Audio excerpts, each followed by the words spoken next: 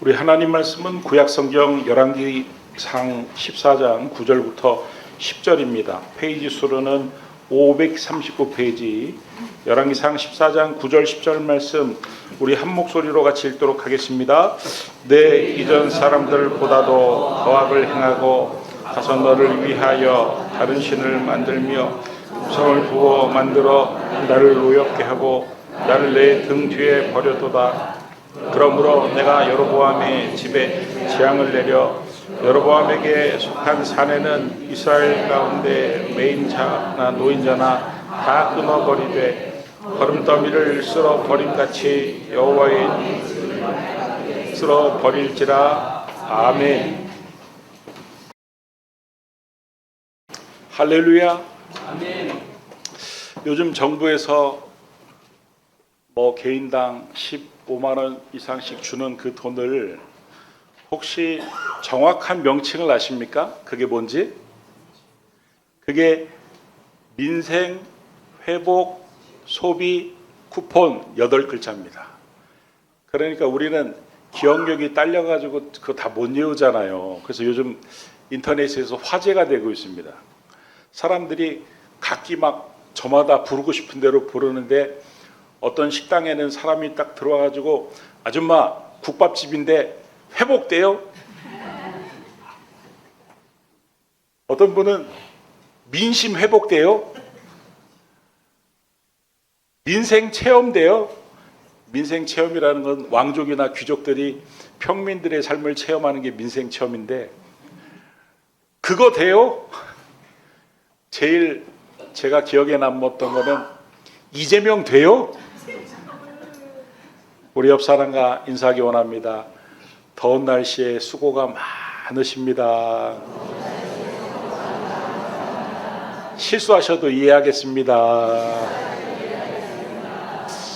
여러분, 등진다라는 표현, 등졌다라는 표현은 언제 우리가 쓰냐면요. 여러분, 통계에 의하면 우리나라에 해마다 100건 이상씩 부모가 자녀에게 말하자면은 부양비를 달라는 소송을 낸다는 겁니다.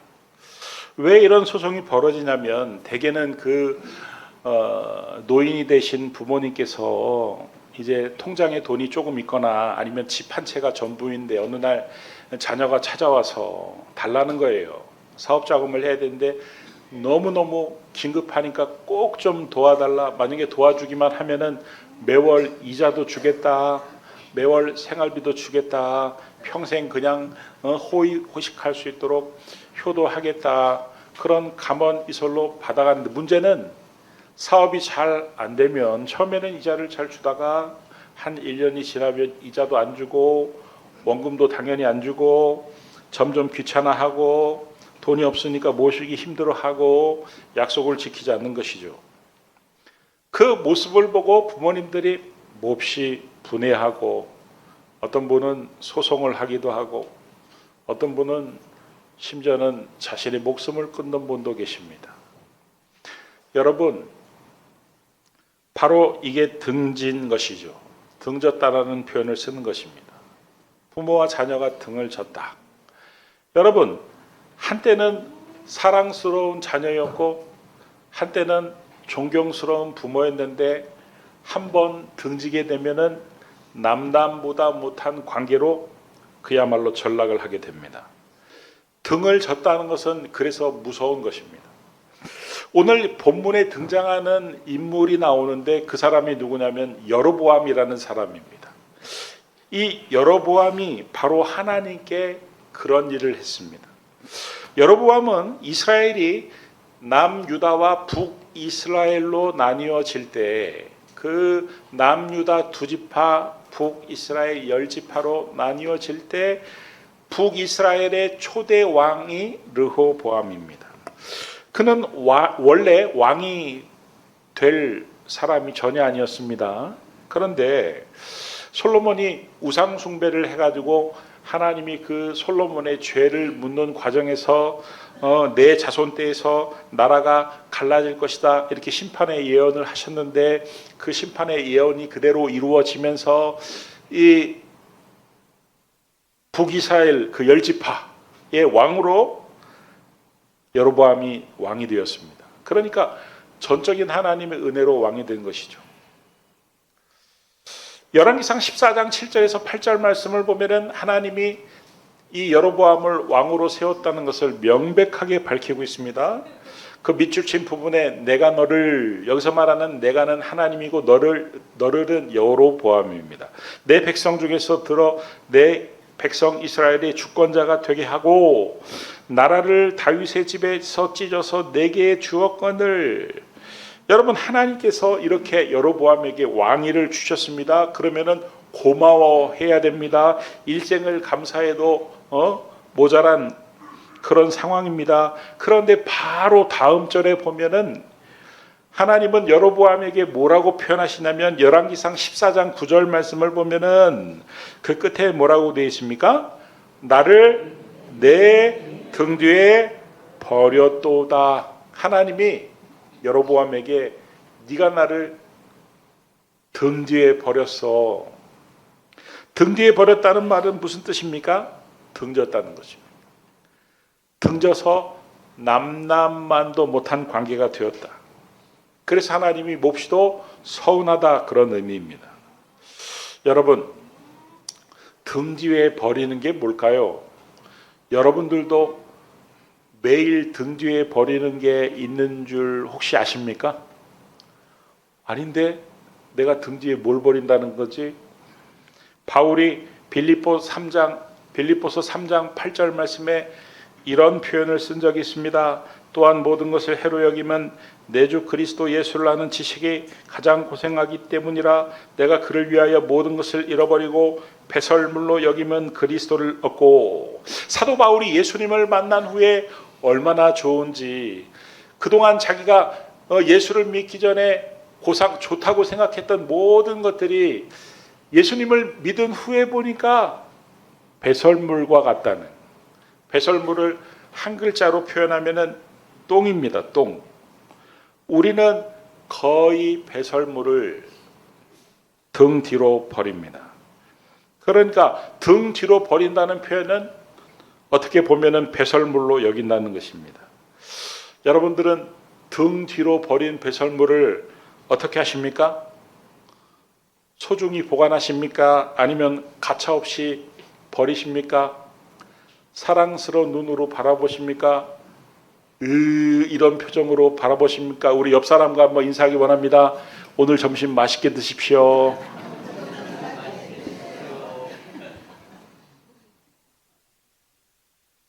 여러분, 등 뒤로 버린다는 것은 그 정도로 무가치하게 여긴다는 것입니다. 만약에 누가 여러분들을 배설물처럼 여긴다면, 똥처럼 본다면 여러분의 기분은 어떻겠습니까? 기분이 좋지 않을 것입니다. 하나님이 지금 여로보암에게 느끼고 있는 감정이 그런 것입니다.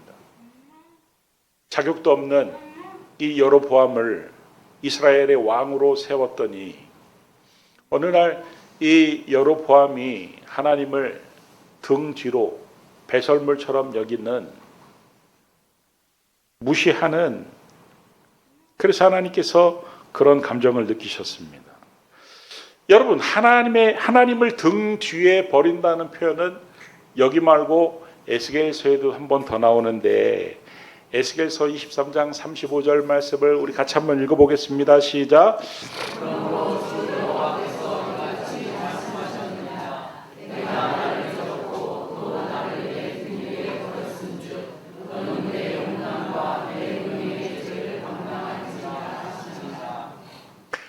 이스라엘 백성들에게 하나님께서 엄청난 은혜를 베푸셨는데 그 은혜를 새카맣게 잊어버리고 등 뒤로 하나님을 버렸습니다. 여러분, 성경에도 보면은 은혜를 베푸심에도 불구하고 그 은혜를 새카맣게 잊어버리고 그분을 등 뒤에, 은혜를 베푸신 그분을 자기 등 뒤에 버린 사람이 나오죠. 그게 누구입니까? 누가복음에 등장하는 탕자입니다. 탕자는 아버지가 얼마나 탕자를 사랑했는지 여러분들이 잘 아실 것입니다. 그런 아버지를 가머니설로 아버지 재산을 물려주시면 잘 할게요. 지금보다 100배는 더 잘할게요. 그것도 먹히지 않으니까 재산을 물려주지 않으면 콱 죽어버릴 거예요. 막 별별 방법을 써가지고 기어이 재산을 받아냅니다. 그리고 아주 멀리 갑니다. 멀리 갔다는 표현은 없지만 이 탕자가 돼지를 치는 곳까지 갔다는 것은 히브리 사람들은 돼지 치는 것을 경멸합니다. 아주 멀리 갔다는 표현입니다. 왜 멀리 갔을까요? 가까이 살면은 아버지가 자꾸 찾아와서 간섭을 할 것 같으니까. 아버지가 자기를 찾아올 수 없는 곳, 간섭할 수 없는 곳, 잔소리할 수 없는 곳까지 멀리 갔습니다. 여러분 이게 뭐예요? 아버지를 등진 것이고 아버지를 등 뒤에 버린 것입니다. 일단 주십시오. 일단 달라. 주면 잘하겠다. 여러분 저는 제가 목회를 하면서 하나님께 하나님 제발 주십시오. 주시면 제가 더 잘하겠습니다. 라고 하나님께 간구를 해서 하나님이 막상 주면 더 잘하는 사람은 내가 보지 못했어요. 거의 보지 못했어요. 아주 드물게 봐. 대부분은 주면은 어쩔 줄을 몰라 하고 좋아하고 태도가 달라지기 시작합니다.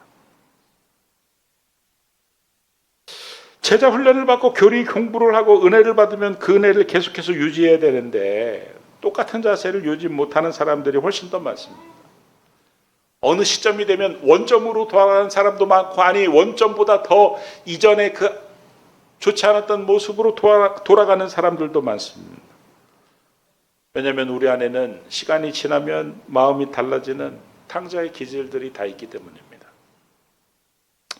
여로보암이 그랬다는 것입니다. 처음에는 아무것도 아닌 자기를 왕으로 삼아주신 하나님께 감사해서 하나님 잘하겠습니다. 하나님 더 잘 섬기겠습니다. 이랬는데 시간이 지나면서 점점 변절이 되었습니다. 다 망해가는 사업, 아니 그야말로 소망이 하나도 없는 사람이 하나님이 긍휼히 여기셨어요. 왜냐하면 밤잠을 못 자거든요. 밤잠을 못 자니까 새벽에 왔는데 뭐 어차피 눈 뜨고 있는 거 새벽에 기도하면서 눈 뜨자. 그래서 새벽 예배 나와서 기도하니까 하나님이 그에게 긍휼을 베푸시. 사업이 정말 본인 생각에는 1%도 안 될 것 같았는데 잘 되게 확장되게 더 잘 믿어야 되는데 이럴 경우에 제일 많이 나타나는 현상이 뭔지 아십니까? 제가 예전에 집사 시절에 그런 부분 봤습니다.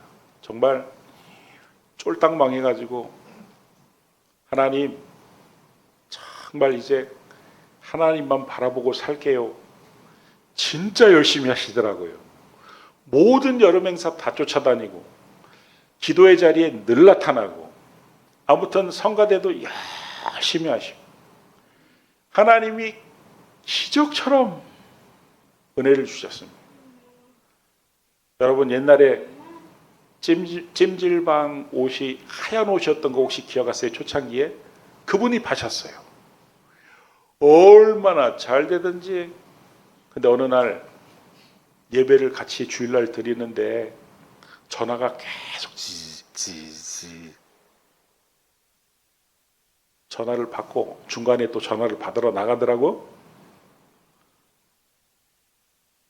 주문이 얼마나 많이 밀려들었는지 나중에는요 예배를 안 나오더라고요. 복을 주셔서 일이 잘 되면 일이 바쁘다고 예배까지 빼먹는 모습을 봤습니다. 정말 다 죽어가는 사람. 그래서 집사님 소원이 뭡니까? 그랬더니 하나님이 자기를 고쳐주시기만 하면은 자기는 정말 교회 가서 예배 드리고 싶대요. 봉사하고 싶대요. 근데 하나님이 정말 고쳐주셨어요. 낫게 해주셨어요. 기적이에요 그거는. 근데 여름에 더워서 바다로 놀러가고 겨울에는 추워가지고 해외로 놀러 다니더라고요. 건강하니까. 여러분, 여로보암은 무엇 때문에 하나님을 등졌습니까? 열왕기상 14장 9절 말씀을 보면은 그 이유가 아주 선명하게 나오는데, 그 첫 번째 너를 위하여, 두 번째 다른 신을 만들며 우상을 부어 만들며. 여로보암이 무엇 때문에 하나님을 등졌냐면 우상을 만들고 우상을 숭배하느니라고 하나님을 등졌대요.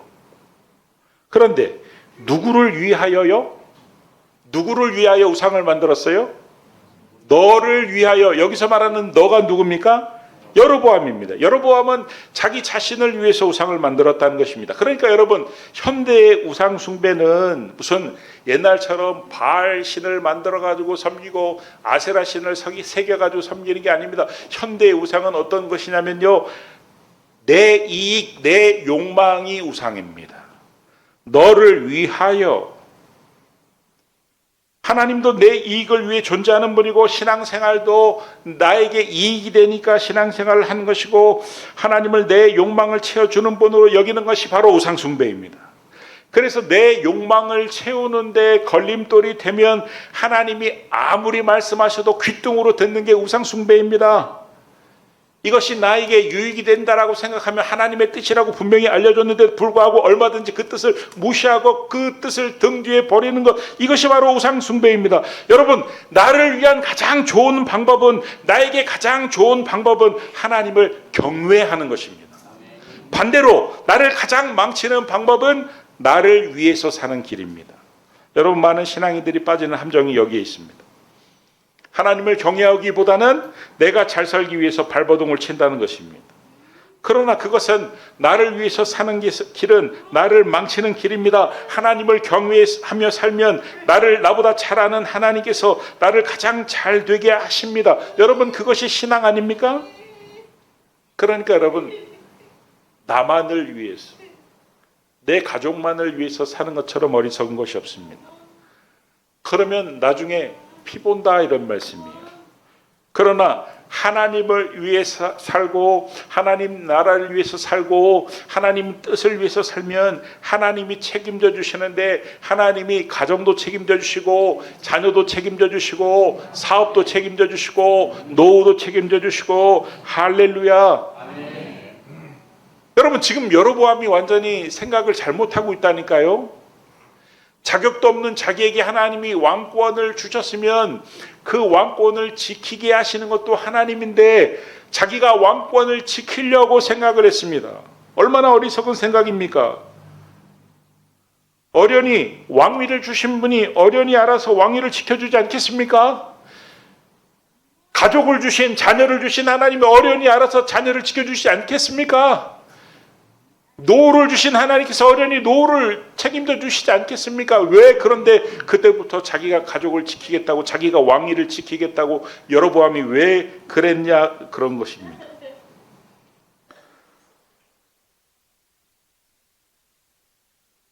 어느 날부터인가 그래서 우상을 만들어 숭배하기 시작을 했다. 하나님을 등졌다.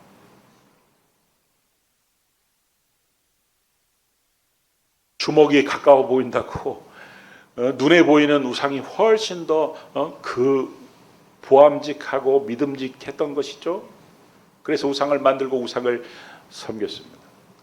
여러분, 혹시 청춘의 덫이라는 드라마 혹시 보신 분 한번 손 들어보세요. 옛날에 혹시 청춘의 덫 손 들고 싶었는데 창피해서 못 든 분 한번 손 들어보세요. 청춘의 덫 몇 년도에 나온 드라마냐면요, 여기서 세대가 갈리는데 1978년도에 처음 만들어졌고 그때 반응이 너무 좋아서 1999년도에 또 만들어졌어요. 리메이크가 됐습니다. 1978년도에 그 주연 배우로 나왔던 사람이 이효춘, 이정길, 박근영, 김영애, 이런 배우들이었습니다.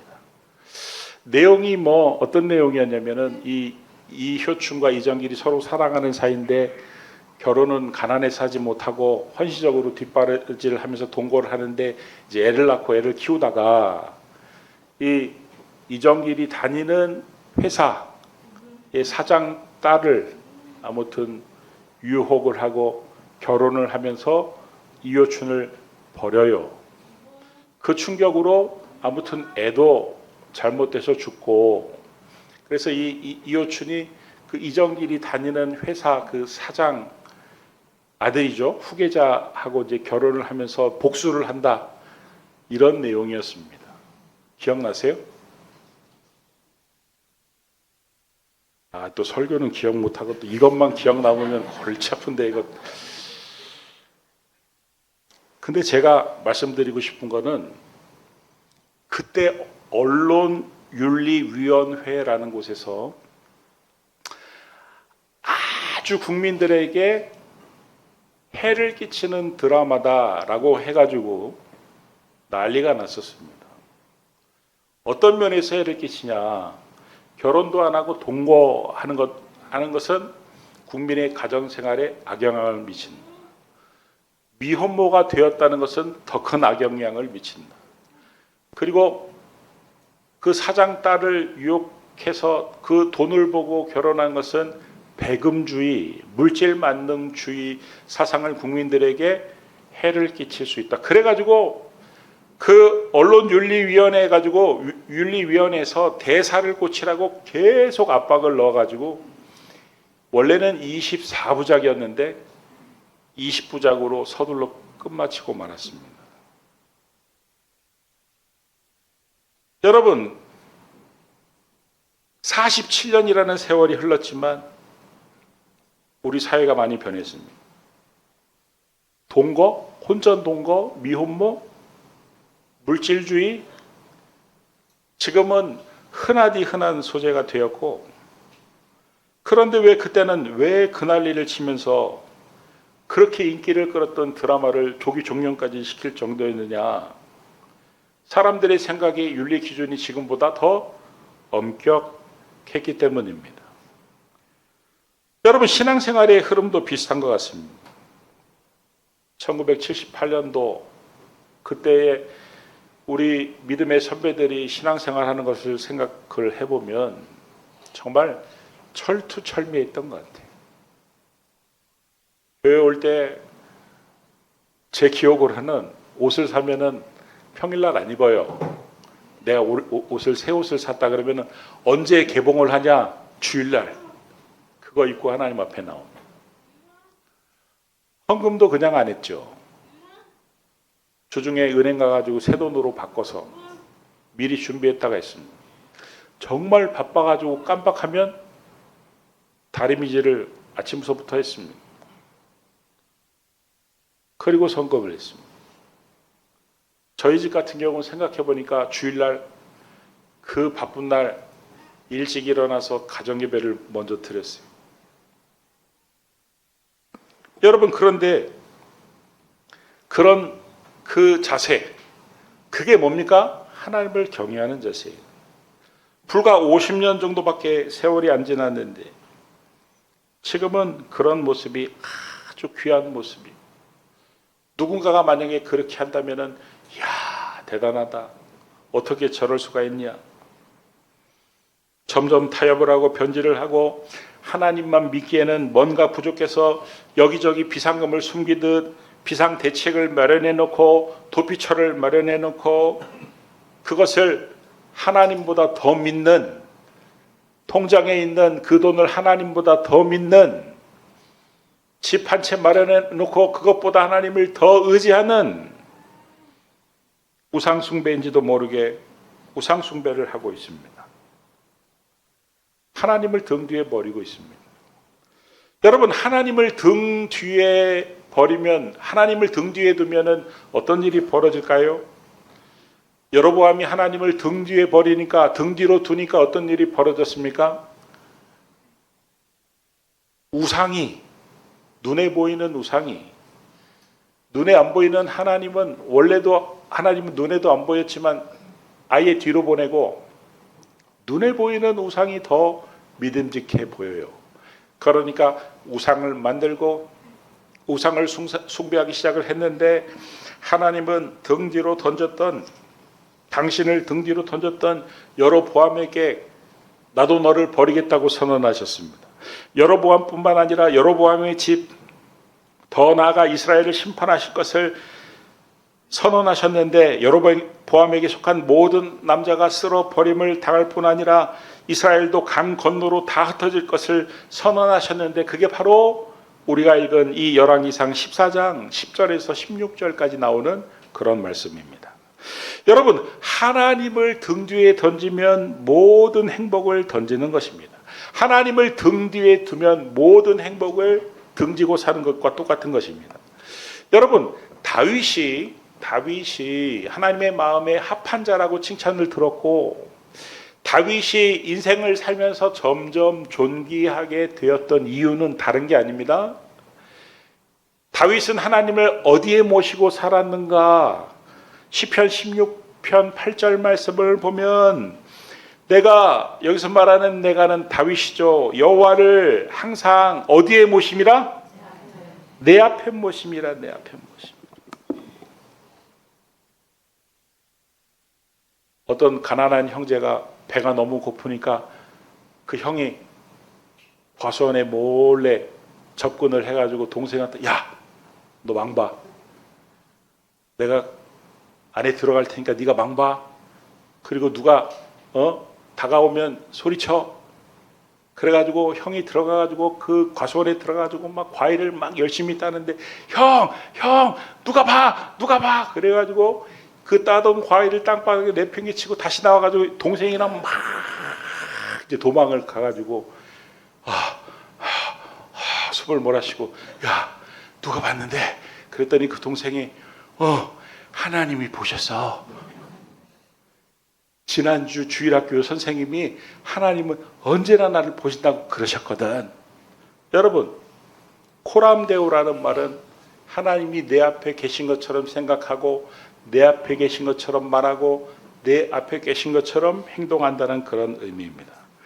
그랬더니 어떤 일이 벌어졌습니까? 내가 여호와를 항상 내 앞에 모시며 그가 나의 오른쪽에 계심으로. 여러분, 하나님이 성경의 오른쪽에 계시다는 표현은 진짜 오른쪽에 있다는 표현이 아니라 가까이 계시다는 표현이에요. 그러니까 항상 다윗이 하나님을 자기 앞에 모셨다. 코람데오 했다. 그랬더니 어떤 현상이 벌어졌어요? 첫 번째는 하나님이 아주 가깝게 느껴졌어요. 그 다음에 또 어떤 일이 벌어졌습니까? 내가 흔들리지 아니하리로다. 그 삶이 흔들리지 않았다는 거예요. 여러분, 거꾸로 이 말씀을 해석해 보면 우리가 하나님을 항상 앞에 모시지 않고 등 뒤에 등지고 살면 하나님이 멀리 느껴지고 내 삶이 항상 흔들릴 수밖에 없다, 이렇게 해석할 수 있겠죠. 여러분, 하나님께서도 등 뒤에 던지는 것이 있습니다. 하나님께서도 매일매일 등 뒤에 던지는 것이 있는데 그게 뭔지 혹시 궁금하지 않으세요? 안 궁금하십니까? 안굼? 이사야서 38장 17절 말씀을 보면은 밑줄 친 부분만 읽어보겠습니다. 주께서 내 영혼을 사랑하사 내 모든 죄를 주의 등 뒤에 던지셨나니. 주님이 우리를 사랑하셔서 날마다 등 뒤에 던지시는 게 있는데 우리의 죄를 등 뒤에 던지신다는 거예요. 여러분, 예수님이 십자가에 달려 못 박혀 피 흘려 죽으신 것은 하나님이 우리의 죄를 등 뒤에 던지시기 위함입니다. 하나님은 우리를 사랑하사, 우리 영혼을 사랑하사 날마다 우리의 과거의 죄, 우리의 현재에 짓고 있는 이 죄를 등 뒤에 던지십니다. 왜 등 뒤에 던지시는 거예요? 우리를 사랑하시기 때문에, 우리를 사랑하기 위해서. 하나님이 우리의 죄를 안 보신다는 그런 의미입니다. 그런데 우리는 그런 하나님을 계속해서 하나님은 우리의 죄를 등 뒤에 던지시는데 우리는 계속해서 하나님을 등지고 살면 안 된다, 이런 말씀이에요. 하나님이 주신 복에 푹 빠져가지고 하나님을 등한시하고 예배를 등한시하고 기도를 등한시하고 말씀을 등한시하면서 산다면 그것은 여로보암이 걸어갔던 길로 같이 걸어가는 것입니다. 바쁘게 산다고, 정신없이 산다고, 먹고 살기 힘들다고, 어렵다고 하나님을 등지면 안 됩니다. 예배를 등지면 안 됩니다. 말씀을 등지면 안 됩니다. 우리는 항상 우리의 앞과 뒤를 그래서 살펴봐야 됩니다. 혹시 등 뒤에 버려야 할 것을 가슴에 안은 채 살고 있지는 않은지, 내가 항상 모시고 사는 이것이 영원하신 하나님이 아니라, 하나님 나라가 아니라, 하나님의 뜻이 아니라, 죽으면 이 땅에 모두 두고 갈 그것을 신주단지 모시듯이 애지중지하며 살고 있지는 않은지, 하나님이 축복으로 주신 그것이 자녀일 수도 있고, 물질일 수도 있고, 직업일 수도 있고, 일일 수도 있고, 그것을 지켜보겠다고 여로보암처럼 하나님을 등지며 살며 하나님보다 더 의지하는 다른 어떤 것을 만들고 살고 있지는 않는지. 하나님을 등지고 살면 위험합니다. 하나님을 등지고 하나님을 던지면 인생이 곤두박질할 수 있습니다. 하나님이 주신 그것을 놓치지 않으려고 하나님을 버리는 행위는 모든 것을 잃게 만드는 어리석은 원인이 될 수도 있습니다. 시편 16편 8편 다윗이 고백했던 내가 여호와를 항상 내 앞에 모심이요, 내가 여호와를 항상 내 앞에 모심이요. 하나님을 등지지 말고 하나님을 항상 앞에 모시고 살 수 있는, 그래서 하나님이 왕권도 주시고 그 왕권도 지켜주시는 것처럼 우리에게 가족도 주시고 자녀도 주시고 물질도 주시고 그 모든 것을 지켜주시는 은혜가 있게 되기를 그리스도 예수의 이름으로 축원합니다.